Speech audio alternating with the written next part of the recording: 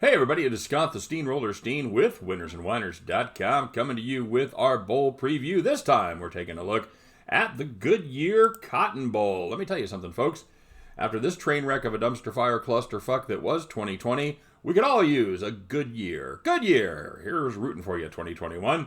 The game time is 8 p.m. 8 p.m. Eastern time there from the Jerry World Stadium in Arlington, Texas.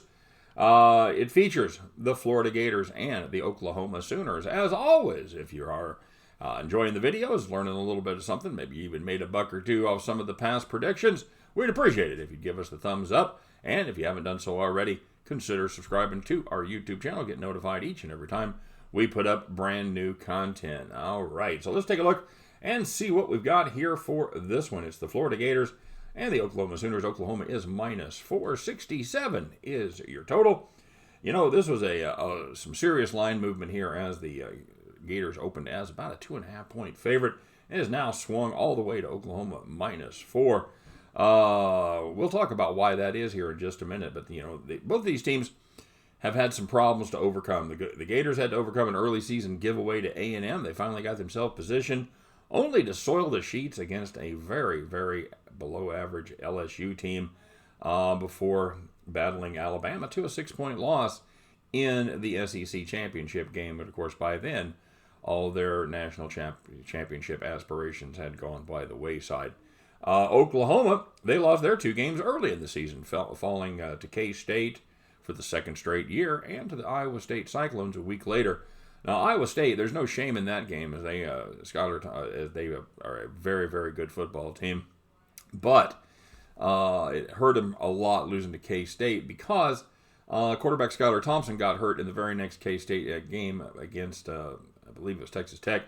And then the Wildcats absolutely dropped off the cliff after that. So that loss actually looks worse than it is. It was bad enough to lose to K-State, but they didn't lose to the K-State of the last month or so that we saw.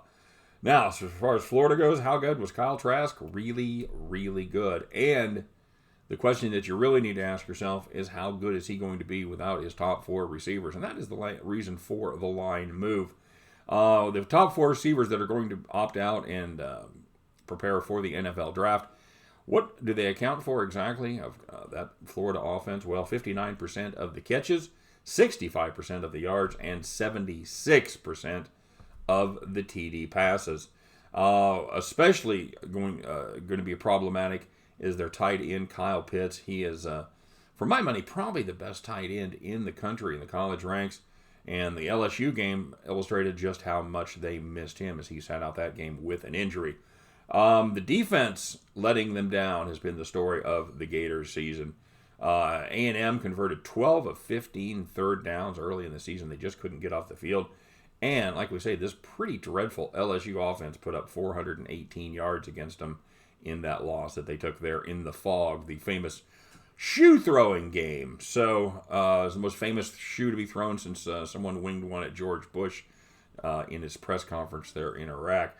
You know, I'll tell you what this Gators defense reminds me of. They remind me of Oklahoma of the last few seasons. This is an Oklahoma game that has qualified for the playoffs each of the last 3 years, only to give up 162 points in those last 3 games.